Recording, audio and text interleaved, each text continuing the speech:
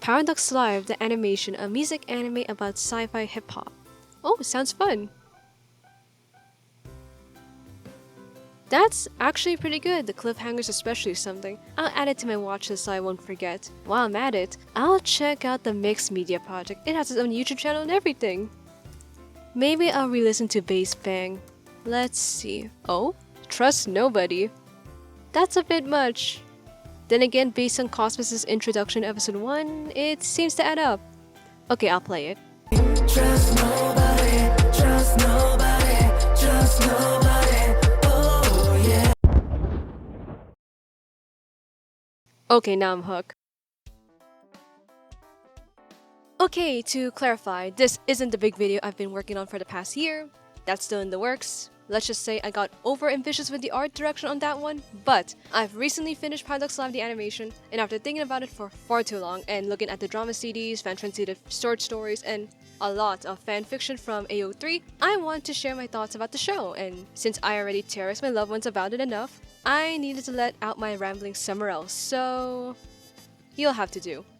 How did this video become so long? I unexpectedly became invested with Paradox Live since the premiere. I initially watched it because I needed to temporarily fill the hole Idol 7 and Unite Up left me. I didn't expect much from it either. The thing with music anime series based on long-form music-centered media projects is that, like all adaptations, a lot could go wrong. Awkward pacing and animation, dull storylines and characters, poor implementation of songs, the list goes on and on. And at the very least, I hope for the show to be a fun time because I'd rather have a show that chooses spectacle over story than a show that chose neither.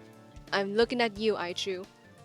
And oh boy, Paradox Live the animation is a fun ride. It has everything from sci-fi to magic rap battles to charming characters to mostly decent production values. It's not a perfect show per se, but I couldn't look away from it. It's so much fun, and listening to the drama series that the show is based on is awesome.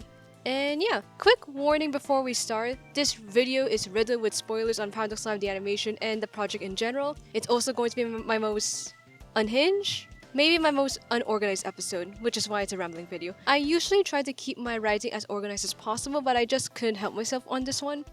This Paralive rabbit hole is far too deep. While I did make sure to outline what I wanted to say, there might be times when I just mention plot details with little to no context. I'll still try to explain the lore bits, but you might want to also check out the show and the drama series yourself to not get too confused. You can actually find the drama series in YouTube. I'll put a link of the playlist I used in the description. Actually, for a clearer overview of Paradox Live and its characters, you might also want to check out Tenkei Sensei. Whenever I got into a fandom, I would always try to search for fan content like video essays and fanfiction. There weren't a lot in-depth videos about Paradox Live in YouTube, so I was happy to find his channel. His videos contain brief, mostly spoiler-safe and concise information on the different characters and storylines of the project. He even posted his own thoughts of the show, which was a fun time, so yeah, go check him out as well. Okay, back to the video. So, what is Paradox Live? Well, the project and in turn the anime went something like this. In the near future, a new wave of hip-hop emerged thanks to the discovery of a peculiar substance called phantom metal. This metal could not only memorize the DNA of its user, but could also allow them to conjure up illusions directly from their minds. This allowed the performers to create spectacles that wowed the audience, hence they're called phantom rappers. While the phantom metals seem awesome, there is a catch. Because after using it, the user gets subjected to trap reactions, nightmarish hallucinations rooted by their traumas. It messed with the senses, it ate away memories, and soon it would take away their life. Anyway, among those phantom rappers was Boraikhan, a duo unit who became legends for popularizing phantom rapping into the mainstream. They would perform at Club Paradox, which became an iconic place for phantom rappers in the near future. However, due to mysterious reasons, Boraikhan and Club Paradox disappear without a trace. Disappearing legend, eh? Wow, music anime really liked that trope. So, 10 years passed since then, and suddenly Club Paradox reappeared venue and all. The organizers invited 4 of the best phantom rapper teams of the modern day to compete in Paradox Live. A battle of the phantom rappers where the winner receives 10 billion yen and the chance to go head-to-head against Boraikhan. That said, there's just something about this whole setup that felt off. But for now, witness the bonds forged by these different teams. The story is pretty good and the anime was able to do it justice for the most part. The sci-fi elements and the lore were not only interesting but also quite mysterious. While it showed the viewers the basics like phantom lives, phantom metal, and the basic background of the cast, it won't outright reveal everything in one go. So it's so fun to pick out the nitty-gritty details and figure out what the world was. Overall, I love a good story about performers trying to sing their hearts out to prove something in exchange for being attacked by their own demons. It had so much potential to create character drama and storylines, which the project was able to do. There are currently 2 seasons of the project, and the anime followed most of season 1's events, altering some for cohesion and really changing others. Paradox Live is also character-centric. It focuses on the performers' lives on and off stage, sharing their motivations and traumas as they go through life. Yes, it might seem ridiculous that these people are risking their lives over phantom metal. They can technically sing and write songs without it, so the metal could come off as a glorified special effect with nasty side effects. That said, I am not only game with the absurdity of it, but I also think it makes sense thematically. To me, phantom metal seem to represent one's need to put their entire being on the line for what they believed in, or for what they're passionate about. Perhaps it's not necessarily about whether or not they should perform phantom metal, it's more of a matter of them loving the genre, the art form, and then doing it while being aware of the risks. To the characters, Phantom Lives are the best outlets of self-expression. They are able to project their literal emotions through their songs after all. Like I said, the anime is based on the first season of the drama CDs, and the execution for its first half was pretty solid. The first 8 episodes adapted the storylines that span from Desires to Vibe. They did make some changes on how these events occur, some story events are removed or added on, but the core of those drama CDs mostly stayed the same.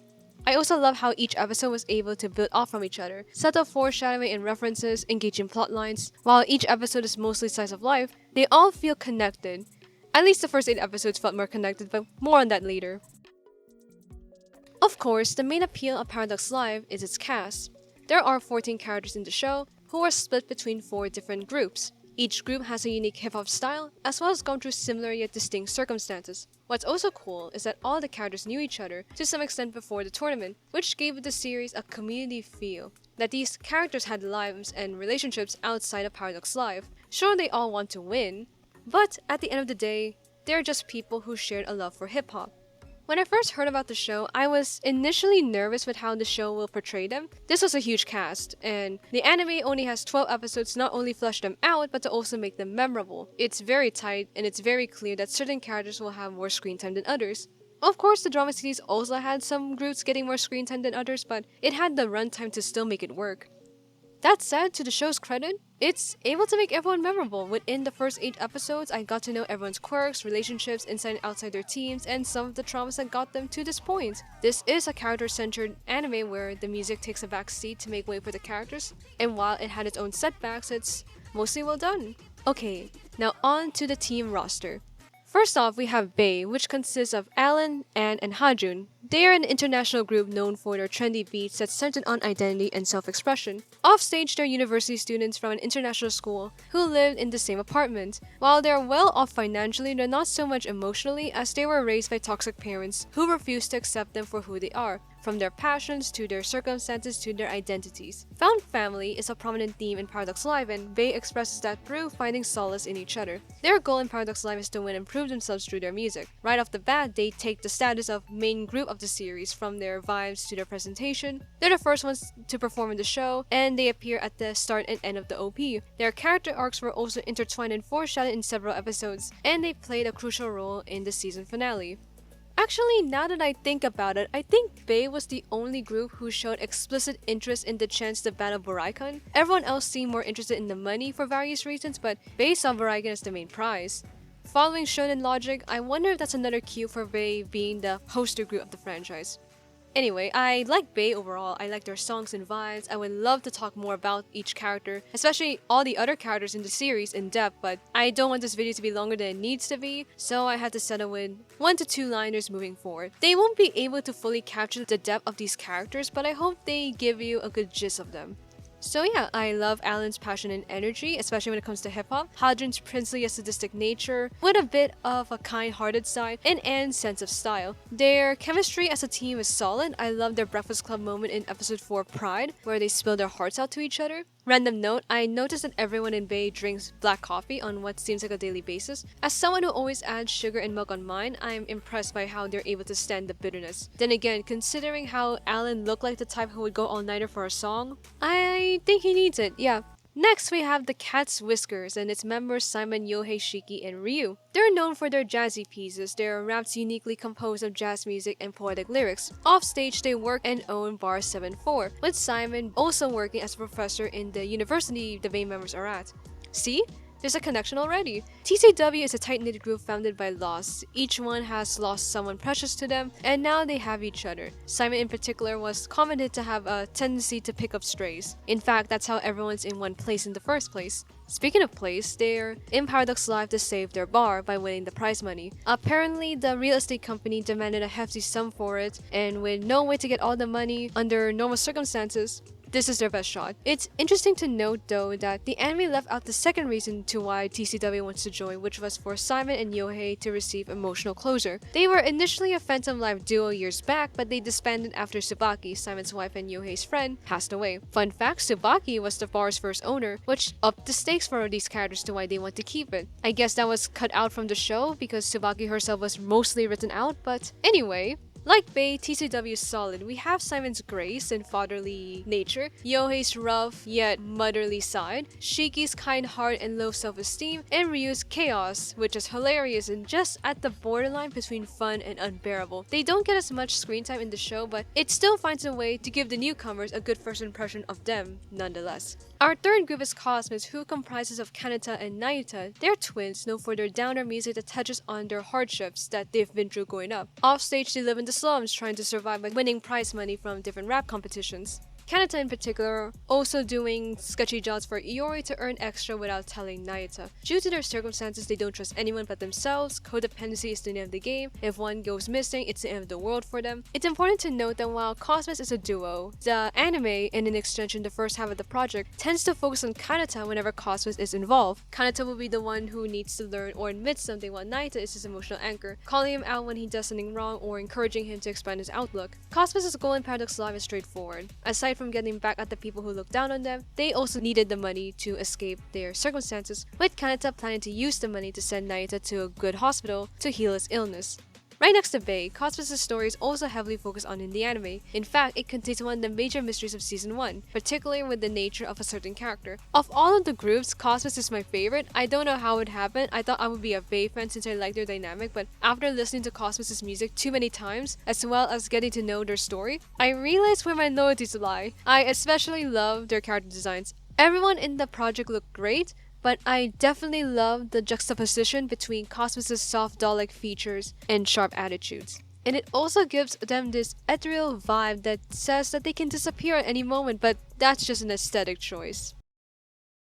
The twins complement each other so well. Kanata's cynicism of the world contrasts with his genuine love for hip-hop and Naita. Despite being the older twin, he can be quite childish and stubborn about his feelings. In contrast, we have Naita, whose laid-back demeanor contrasts with his bluntness. He may be the younger twin, but he can be quite mature and willing to confront his or Kanata's feelings, even if it's not pretty. I love them both, but between them, Kanata's my favorite character. Whether it be the anime or drama series, I love watching him slowly open up to others. As someone who also takes a while to connect with other people, I can relate to his struggle and was glad that he was able to find people outside Naito whom he can talk to. It's pretty cool.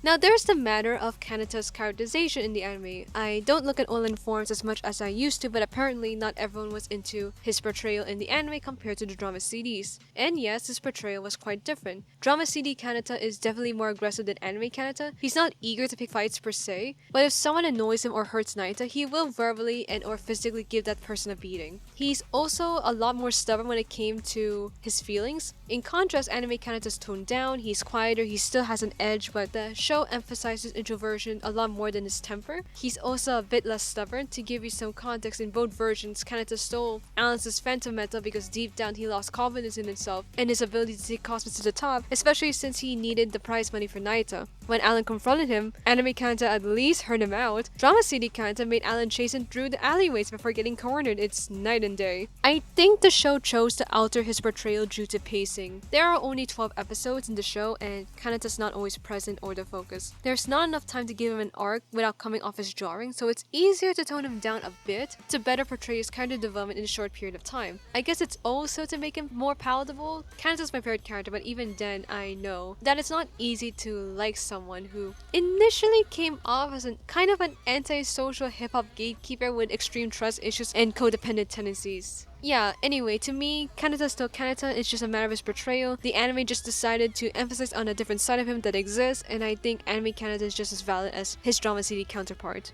Okay, enough about Cosmos. Last but not least is Akanyatra and its members, Iori, Zen, Satsuki, Hokusai, and Ryo. They're known for their festive reggae-style beats as well as their strong bonds. Off stage, they're the only surviving members of the Suiseki Gumi group, a good-hearted Tainen Yakuza group that dissolved after the rest of its members, including the boss, were killed in a raid. Similar to TCW, everyone in Akanyatra initially lost their families due to bad circumstances before finding each other. Akanyatra's goal is to use the prize money to rebuild their group. Iori, however, also wanted to investigate Outer Trigger as he suspected that they were behind the raid. And oh yeah, by the way, Outer Trigger is also the organizer of Paradox Live, in case I didn't mention it earlier. The drama series also mentioned that Iori intended to use the win to get close to the competition's organizers, in hopes of getting a lead on who initiated the raid in the first place.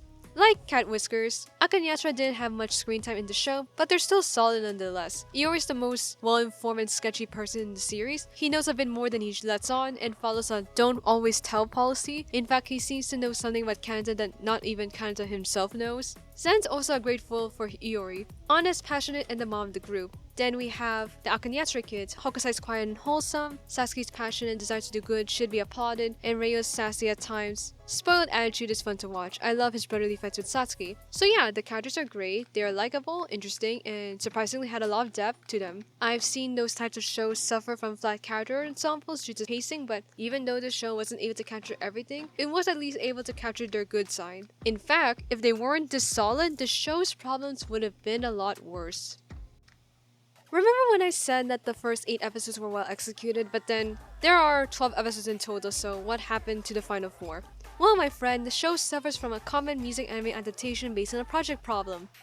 Pacing. This is where the anime lost me a bit. See, the anime is based on a project that's filled to the brim with content. We got drama series that span as close to 40 minutes to an hour per story, as well as several songs that were played for the Paradox Live stage battles. With only 12 episodes, it's inevitable that some parts have to either be summarized or taken out. That's the reality of an adaptation. Some of these changes made sense. The first 8 episodes were creative in its edits to make the story cohesive while still tackling the main messages of its respective storylines. The downside was that along the way, some important backstories or story plots or story elements had to go. I made my friends watch the anime with me, and one commented how if I hadn't explained the details from the drama CD, they wouldn't know things like Yohei and Iori's history, or the fact that Simon and Yohei loved the same woman. Stuff like that. Like, speaking of which, Tsubaki, Simon's wife and Yohei's friend, the woman who contributed to the way they see music, was written out entirely. Or at the very least, she was never explicitly mentioned outside of her visual motif. In fact, episode 6 Secret was based on the exhibition drama series, but it had to cut out some plot beats which included more details on who Tsubaki was and what she meant to Yohei and Simon. It's a fun episode, the anime makes it very funny, but it's clear that some stories were left out. The live drama series, for instance, which is basically like the season finale of season 1 of the drama CD series, were also mostly cut out, using only bits and pieces of it for the finale, which was, well, we'll get to that when we get to that. There's also the fact that the stage battles were rarely presented. There were some songs, but in a Team A versus Team B scenario, you'll only hear from Team A, and sometimes that song isn't the one that's originally used at the time. It's the Idler 7 situation wherein the performances were given the backseat to make way for the story, but then Idler 7 was able to get away with it for the most part because it had enough episodes to really flesh out those storylines. In Paradox Live the anime, however, with only 12 episodes, some performances needed to go to make way for the story, which is a shame because the performances were just as vital. It represented the character's headspace at the time, and the show's also about them competing in the first place. It's like a show about soccer that doesn't show any soccer. The music's lack of presence was something to be desired. You need to backtrack at the project's soundtrack to find out what songs were used, which is a shame because Paralive has a solid soundtrack, and that's saying something since I don't normally listen to hip-hop. In fact, its lack of presence will make you ask some questions like, Why Team A won? Where's the stage battle? How come Bae gets more performances than the others? Unlike the others who only got one song each, Bae got to perform 3, 1 being an anime only and 2 being for Paradox Live. Not only it's unfortunate to not hear from your favorite group, but it also dampens character moments a bit for me. Like, there's a scene in the finale where Alan tells Kanata that his music resonated with him. It's a good scene, but it would have been more impactful if we heard more from Cosmos in the first place. As far as I'm concerned, the only song present in the show was Get It, and while it's a good song, it's not Cosmos' best compared to the other songs that came down the line in that season. But wait, there's more! You know those final 4 episodes? The show's pacing not only affected the adapted content, but also the new stuff. See, there were anime original plotlines that took the forefront of the last third of the show, episodes 9 to 12. I'll break them down along the way, but to put a long story short, the pacing caused these anime original storylines to suffer quite a lot. Recently, I terrorized my loved ones by making them marathon the anime with me. They haven't seen the project, so the anime is all they knew about Paradox Live. After we finished watching, one of them told me that the last third of the show was like watching a slice of life anime suddenly turn into a save the world from mad science anime without rhyme or reason. To be fair, the show did subtly hint at something sketchy is on the works via Ultra Trigger, the organization who studied Phantom Metal, but because they're few and far between, the twist in the end felt a tad bit sudden. But basically, the pacing affected that final third of the show, and while the concepts behind them were cool on paper, they weren't well translated in practice. Let's break them down. Episode 9 Break was supposed to be the breather the audience needed after the show subjected them to the emotionally heavy episodes 7 and 8, Love and Vibes respectively. It's a fan service episode with a bunch of Alan kinda shipping. It's fine. I think it's a fun episode with the right amount of plot contrivance. Like, it just so happened that everyone was in the same hot springs at the time. But then, the episode concluded by foreshadowing some things. Iori commented on everyone's connection to Outer Trigger. Alan was called to meet his dad for the first time since running away. Alan and Kanata made that promise to meet again on stage, which would probably not end well considering how promises work in these types of stories. Something big was going to happen and it wasn't exactly worth it.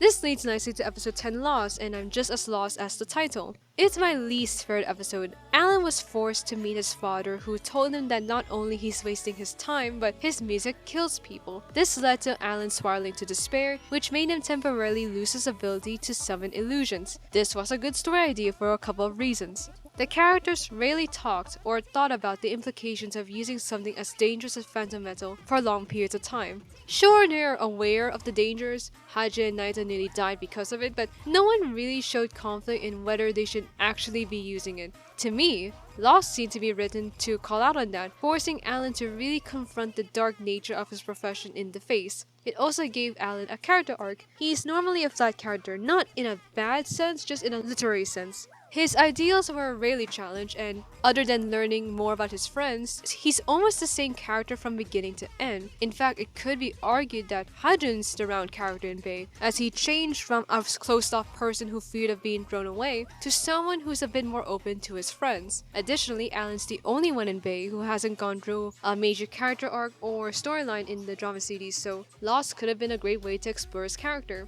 But in practice, it's not well done. The first was the pacing. Because of the short runtime, the show really needed to speedrun Alan's spiral a bit. I just found it weird that he would immediately lose his confidence right after talking to his father. Maybe it would have worked out if there were more episodes to build up on that. Like, maybe have the conversation happen a bit earlier and a seed is planted in Alan's head, and as time went on, it would eventually fester until he breaks down. Something like that. There's also the fact that that arc didn't really conclude it. While Alan got better in episode 11, he never talked to his father about it again. There's no follow-up about Alan being clear about what he wants. It would have been epic considering how he ran away the first time his parents tore his dreams apart. Or, this is my inner fanfic writer talking, but maybe Alan's response to his father could be his performance in the extra battle. Like, have Bae sing Bermuda Triangle since the song's themes is close to his conflict, and the dad watches it on TV. Something like that. And Bae could still lose fair and square either way, because thematically, what mattered at that moment would be Alan being clear to his dad that I'm gonna do what I want to do. You can't stop me. Something like that. Like, you don't win in the competition,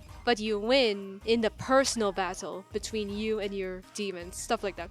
Yeah, speaking of which, the speed running was actually the least of my problems because what weirded me out was what Alan did as a result to his despair. Minutes before Bay had to appear for the stage battle, Alan decided that it's a good idea to leave the venue as he felt that he can't go on stage. Hadjin and Anne left to find him, and while that's a sweet gesture that showed their growth as characters, Bay essentially forfeited, which made Cosmos won by default.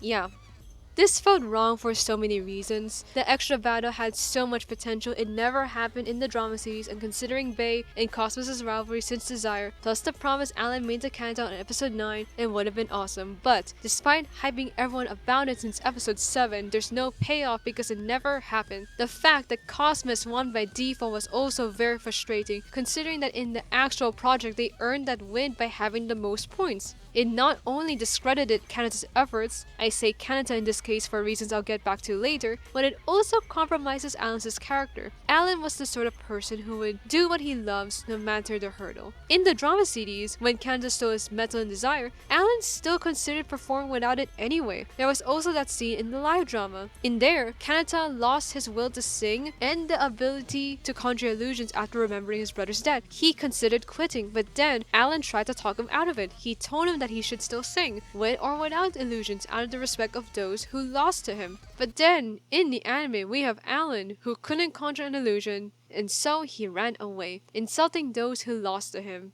Yeah, how very consistent. Actually, Anime Alan's dilemma almost paralleled Drama City Canada's conflict. You know, where due to a family member, they lost the ability to conjure illusions and temporarily lose the will to sing. That's actually quite interesting. On a more positive comment, I like the way episode 10 paralleled episode 1, from the reintroduction of certain concepts to how certain characters changed since episode 1. If it weren't for the poor execution, I would have enjoyed the callbacks more. And then there were episodes 11 and 12, and they're quite something. Episodes 11 and 12, Memories and Paradox Live respectively, were written to be the anime's original interpretation of a blank period in Paradox Live's lore. There's this incident that the drama series always mentioned but never elaborated on. It apparently happened after Cosmos won, but it's so intense that it's never revealed to the public. In fact, Live, the drama series, started shortly after the incident took place, with Kanata noting that Ultra Trigger did something behind the scenes, which led him to remember the truth that he's been burying this entire time. Then Naita's dead, and the brother he's with the entire time was an illusion he subconsciously created to cope with the loss. Essentially, he's unknowingly a one-man show during the first season of the story. Furthermore, the drama series have yet to answer other mysteries like Boraikan and their disappearance. Like, where were they this entire time? And if Paradox Live was a scheme Ultra Trigger come up with for unethical instant, why would Boraikan cooperate with them in the first place? Why agree to battle the winner of the competition knowing that they will enable Ultra Trigger? The only people who knew and experienced the incident were the main cast in Boraikan, but what's clear was that this incident showed them the devastating power of Phantom Metal. This was huge. One of the appeals of Paradox Live was how it subtly gives you hints about its world and characters. For most of its run as a project, Ultra Trigger was this cold, enigmatic, morally questionable entity who caused so much suffering to everyone around them. The human experiments was only the tip of the iceberg. The story has yet to even reveal Ultra Trigger's motive behind the incident in the first place. I can only assume that Ultra Trigger's motive stemmed from an unhealthy fascination towards Phantom Metal, that they wanted to know more at the expense of others. So yeah, an adaptation that captures that aspect would have been awesome, but that didn't exactly happen. While the anime's take wasn't horrendous, it's fun even. It's quite a mess if you think about it too much. So here's what happened in the anime finale. Cosmos won by default, so they went face to face with Boraikan, who strangely didn't change one bit despite being gone for 10 years. Boraikan then taunted Kanata by revealing that he's been alone this entire time, that the Naita we saw until this point was an illusion he created, and that the real one was gone long before the events of Paradox Live. Quick tangent, 2 years ago, Naita was involved with clinical trials at Ultra Trigger, which caused him to develop metal corrosion. He didn't want Kanata to see him like this, nor did he want to burden him, so he attempted to claim his own life by jumping off the rooftop of a building he uses as his secret base. The event also traumatized Shiki, who was there on the night it happened. Kanata also came across his body after the fact, and it was so traumatic that he repressed his memory of it and subconsciously created an illusion of Naita to shield himself from the truth. And that's for context. Moving on. Boraikan's reveal caused Kanata to experience a nasty trap reaction that forced him to remember everything, causing his Phantom Metal to go berserk. This was what the scientist wanted because thanks to the device he placed beforehand, he was able to force Kanata to become a living Phantom Metal vessel of some sort, slowly losing his sense of self. In this state, Kanata forced everyone in the venue to become one with the metal. It's also revealed that the Baraikon who caused this mess was a fake, and one of its real members, Harumi, was the owner of Raimante, a restaurant that the characters frequent to in the series. It's also revealed that his partner, Chise, died a long time ago due to metal corrosion, which led to their disappearance from the public eye. Personally, I didn't really mind the Baraikon clone twist. I always wondered why would the real Baraikon participate in a competition based in sketchiness to begin with. So the anime's idea to create a Phantom Metal clone is an okay explanation at the time, though they could have been utilized more. Furthermore, Chise being downright dead in the anime is not a bad idea either, since the drama CDs have been quite vague with his fate for quite some time now. Actually, just to get off topic for a bit, Baraikon's quite a mystery, especially Chise. On one hand, he's probably dead, and the man we saw after the live dramas is an illusion Harumi created for performance reasons. He needed to keep the legend alive until someone else can take their place, so why not? After all, some of the marketing materials suggested that Chise strangely barely changed a bit since his prime, unlike Harumi, whose hair not only turned white from the metal, but no one seemed to recognize him until recently, which implied that Harumi actually aged during those 10 years. But then, maybe it's just me overthinking it, but I am not sure if it's as simple as Chise dying from metal erosion. For instance, Iori's account in Vibes stated that there's a myth where Harumi was able to save his partner from metal erosion during a performance, which led to the solution Bei used to save Hajin. But, as the fans pointed out, the fact that this moment was so poorly documented that even a Baraikon fan like Alan wouldn't know about it implied that Harumi's rescue attempt might not end as perfectly as one would think. Therefore, Chise is likely to have died, but then again, here's the problem. If it is true that Harumi tried to save Chise by entering his mind, but then failed, wouldn't he be dead too? Iori did warn Bei that failing to save Hajin might risk them never coming back, so wouldn't it be the same for Harumi as well? For this to work, it might either mean that Harumi is just very lucky that he survived at all, or the myth was really that unreliable. Maybe Harumi didn't get to save him on time. His partner might have dropped dead before he even got to him, but his death wasn't obvious to the fans, so maybe Harumi conjured an illusion of his partner to perform one last time before disappearing to the face of the earth? Then maybe he secretly spread a rumor of a miracle that never happened to keep the legend alive? I admit that's a bit of a stretch, because that would mean Iori's information was literally based on pure speculation, which would then imply that Bei's just very lucky that kissing their friend's metal actually worked, but who knows. Maybe the drama series will elaborate on the mystery or affirm the animes. Anyway, where was I in the narration? Alright, Bei. The only group who was able to escape the rampage was Bei, as they left the venue early thanks to Alan's moment of weakness. While Kanata's having a nervous breakdown, Alan, Hajin, and Anne were able to have a heart-to-heart, which would have been sweet if it weren't for the context behind it, and so they returned to the venue to find that everyone is doomed. So, there's this scientist from Ultra Trigger who would appear in a couple of episodes. He's an anime-only character, so at first it's cool to see the anime spin on his and Ultra Trigger's motivation. What's his grand plan? What's driving him to trap an entire club of people in Phantom Metal? Simple. It's to become the world's messiah via trapping the populace in a collective consciousness made by Phantom Metal. Wait, what? And by the way, the characters never met the scientists. Even after the finale, no one was entirely sure of what happened. One minute they're performing, the next, the fake Baraikon suddenly melted and entered Kanata's mind. The only character who actually interacted with the scientists was Harumi. I think it's to stay true to Ultra Trigger's mysterious presence, and I respect that.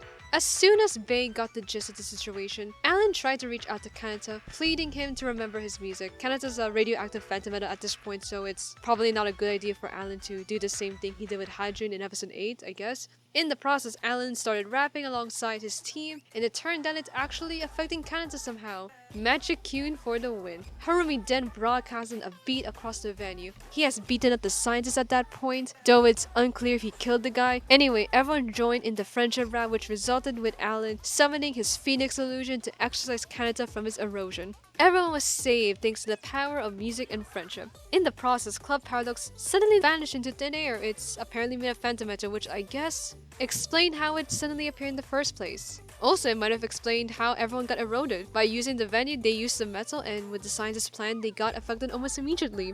And so, everyone resumed to their day-to-day, with Kanata reuniting with the real Naita, who appeared out of nowhere in context of the show. The end. Yeah, the finale was a mess. To be clear, I still had a fun time. In fact, I kept rewatching those episodes because it's oddly mesmerizing. Maybe it's because to turn on my inner angst, there's nothing more engaging than watching my favorite characters fall into despair. Kanata's predicament does make sense, to be fair. Phantom metal erosion is very likely the more someone uses their metal, and it's stated that Kanata has been subconsciously using his offstage, not just onstage, for over 2 years. So for him to experience the worst of its symptoms is not out of left field. Additionally, the show seemed to have foreshadowed it. His nightmare in episode 7 shared a lot of similarities with Hajun's in episode 8, both centered on their traumas and especially featured the subject of their trauma melting to phantom metal right in front of them. Since Hajun's nightmare was intended to prime the audience for its eventual erosion later in that same episode, and that the anime has mostly been intentional with its visual storytelling, it's safe to assume that Kanata's nightmare was also meant to prepare the audience for a future disaster.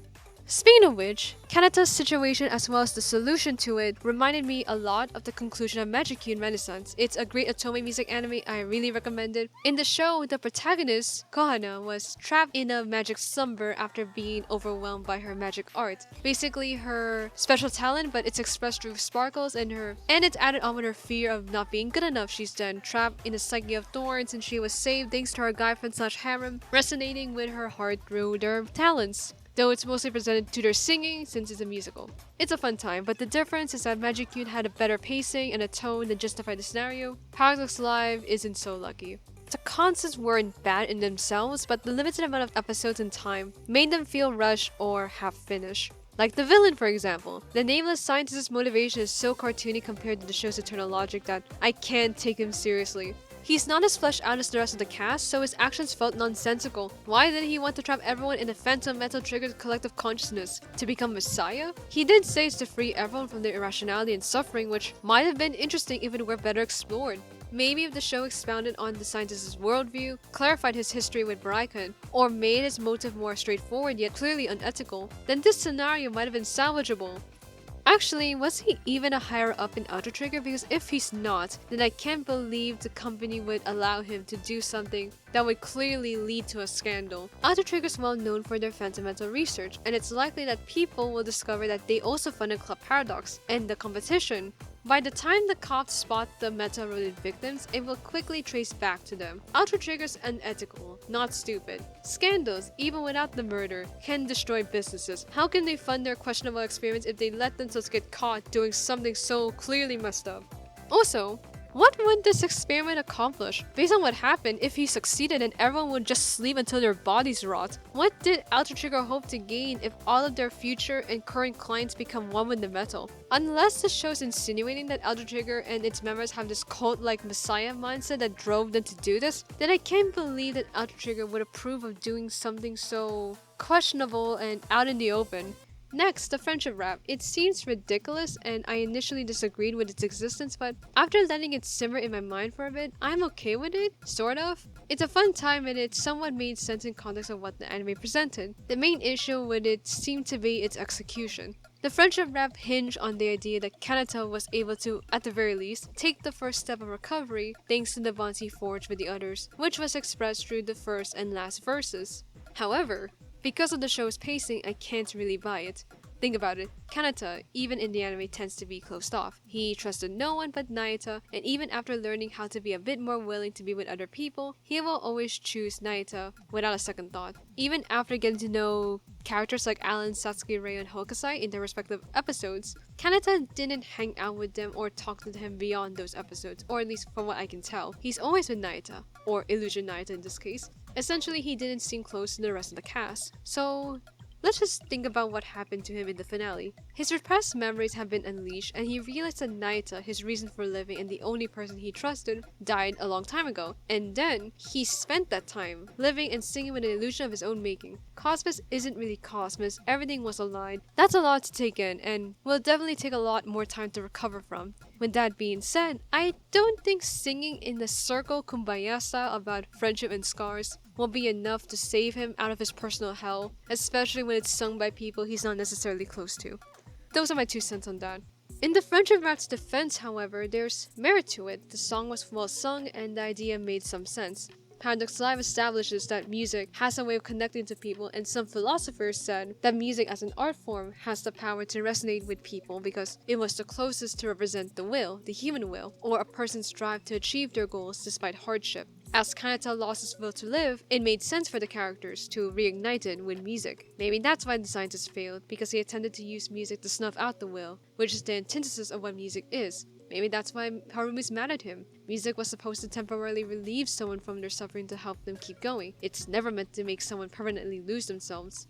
Who knows? It's just me trying to wrap my head around the nonsensical nature of the scientist's plot. So, I could see why the show would come to the conclusion that literally saving someone with music would be a great finisher. In fact, in context of what the finale showed, it marginally checks out. Maybe it's just me overthinking it, but I think with Kanata being forced to have everyone and himself become one with the metal, the fandom rappers were essentially connected to each other to some extent, literal extent, via the fandom metal. Therefore, they could, in theory, project their feelings to Kanata via song. Ryu did mention that he could feel the metal no longer feeling lonely after Alan took the initiative, and assuming that Kanata's thoughts were mixed in with the metal, there's merit to why rap was chosen to be the solution. Plus, the show needed a way to end with everyone coming together for one common goal. There's also the lyrics. The message is not only good, but I love the attention to detail. Maybe it's just me, but I think some of the lyrics at the start showed Easter eggs or references to Cosmos, which is cool if it's true because they didn't get to sing for obvious reasons. Here's what I mean. At some point, Alan sang, "Two is one, the ultimate rap star. My soul screaming loud like a hellfire blaster. I'm over here is what I yelled, the first cry coming from the depths of hell." 2 is 1, the ultimate rap star might be a reference to the truth that Kanata's been singing on his own this entire time. This is Kanata being told by Alan that his music is real regardless and not to let go of his memories of Naita. Cosmos also mentions hell in their songs and speech for the most out of the cast, so it's cool that this verse showed an aspect. Then there's this part, "I'm over here is what I yell, first cry coming from the depths of hell." It might be the show's nod to Kanata's talk with Naita in episode 2, where he said that he wanted to use hip-hop to tell everyone that he's here. It also felt like a foreshadowing to a memory that he would eventually recall halfway through the song, where Naita told him that he wanted to try hip-hop to create songs to prove that they lived. It might also be Alan trying to recapture Kanata's, and in essence Cosmos' reason for doing hip-hop, to crawl out of the hell they lived in, while proving that they exist and should exist. If my theory is true, then the show is being admittedly clever on that one, especially when Alan begged Kanata to remember his music and everyone else's. It's cool, and it's a shame that it's weakened by everything I talked about. What else? Yeah, the ending. The show literally slotted in Kanata and the Reunites reunion at the very end. It's so short notice and can get very confusing for those who only saw the anime, because without the context from the drama series, it might look like Naita just appeared out of nowhere, like, where were you this entire time? Your brother nearly died? Or worse, it might look like Kanata conjuring up another illusion. Like, okay, the show might have assumed that the visual cues will be enough to say otherwise, like how Naita's hair is not only longer but matched the post-credits scene in episode 7, but it's so slotted in that there's no build-up at all. This was supposed to be an emotional highlight. If only the show had more time to pace everything, maybe the reunion would have been sweeter. And the show is unclear if Cosmos received their prize money or if their battle against Baraiken will be pushed through. The club just vanished and no one ever clarified on that, so yeah, that's a bit weird. And oh yeah, to clarify, the prize money and the Baraiken battle are technically separate, so for example, even if you lose the Baraiken match, you can still earn the prize money, just to clear some things up. Yeah, the finale's a mess. It's fun, don't get me wrong, but if that's the thing the show's banging on over what's done in the drama series, I'd rather have the drama series. So, yeah. Is Paradox Live the animation the best anime? Nope, but it's very entertaining and I have to give credit for what it does well. The characters are memorable, the story is mostly solid, and the songs that got animated were good. If it weren't for the anime, I wouldn't have known about the project and became a Paradox Live head.